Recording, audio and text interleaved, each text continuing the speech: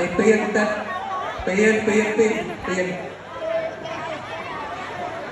ពៀននេះល្មមមកពេលតែឲ្យគេម្ដងហើយអីថ្ងៃនេះមានពាក្យអ្វីដាំផ្ញើទៅហេនាគាមុនប្រកួតដាំផ្ញើទៅថៃនាគាដល់ស្លាប់ហើយអរគុណច្រើនបាទអរគុណ